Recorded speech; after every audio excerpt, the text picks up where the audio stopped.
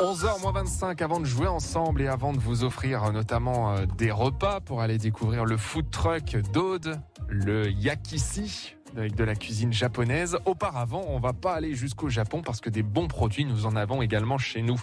Bonjour Steven Pennec. Bonjour. Vous êtes le créateur du site mangeons-local.bzh. Ce site internet, en fait, locavore qui recense tous les circuits courts, tous les bons producteurs vers chez nous. Exactement, ouais, on a la chance d'avoir énormément de producteurs en fait en Bretagne et du coup ce site a pour objectif de permettre aux producteurs d'avoir un peu plus de visibilité s'ils le souhaitent évidemment et aux consommateurs de trouver des producteurs qui font du circuit court près de chez eux. Comment vous en êtes arrivé à créer ce site internet ? C'était en 2015, à l'époque je bossais dans l'import-export et j'étais halluciné de voir tout ce qu'on pouvait importer comme produit et ce qu'on retrouve en fait sur les étals des supermarchés et ailleurs. Et je me suis dit on doit quand même bien produire pas mal de choses en local et je me suis passionné pour tout ça. J'ai commencé à faire d'abord une liste Excel pour moi pour trouver des produits locaux. Puis je me suis dit ça peut peut-être intéresser d'autres personnes. Du coup j'ai créé un site. Et voilà, aujourd'hui, il y a 400 producteurs, un peu plus de 400 producteurs. Ah oui, c'est énorme.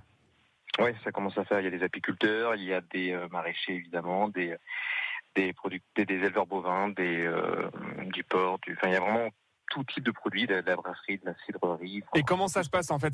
C'est un annuaire? Vous leur passez un petit coup de fil en disant bonjour, j'ai un site internet, j'aimerais mettre votre adresse. Est-ce que ce sont eux qui vous sollicitent? Non, aujourd'hui, ce sont eux qui s'inscrivent directement. Il y a un formulaire en ligne. Ce qu'on demande, en fait, c'est que ce soit pas juste un annuaire, on va dire, avec un numéro de téléphone et un email. C'est pas ça qui intéresse finalement le visiteur. Ce qui va intéresser, c'est d'avoir des photos, c'est d'avoir une présentation très complète. Donc, chaque producteur va parler un peu de ses valeurs, de sa philosophie, de sa manière de travailler, de ses produits. Donc, il y a vraiment tout un texte de présentation avec des jolies photos. Mais oui, on a quand même quand on est sur le site, on a une jolie carte et on peut directement cliquer sur tel ou tel producteur et voir en détail ce qu'il propose. Et il est très bien fait, le site. Je veux de la viande de bœuf. Je clique. J'ai vraiment la carte avec les petites icônes. Pareil pour les fruits, pareil pour les légumes, pareil pour... Vraiment, c'est pour le coup très ergonomique comme site. Merci, ouais, on essaye de rendre ça le plus accessible possible, que ce soit justement via l'ergonomie du site ou via la visibilité. Donc on est très présent sur Google et puis on est présent également sur les réseaux sociaux. Ouais, et le mieux c'est d'aller cliquer pour manger local. Concrètement, le but c'est de faire votre métier, ce site internet, ou c'est vraiment un passe-temps, une passion ? C'est complètement un passe-temps, non, j'ai un métier par ailleurs. Ça a été sur fonds propres pendant des années. Aujourd'hui, on a quelques partenaires qui permettent de couvrir les frais techniques du site, mais il n'y a pas c'est l'activité, on va dire, les articles, les inscriptions de producteurs, etc. C'est totalement bénévole. Non, l'objectif c'est juste de participer. C'est un petit coup de main que vous donnez aux Bretons. Ouais.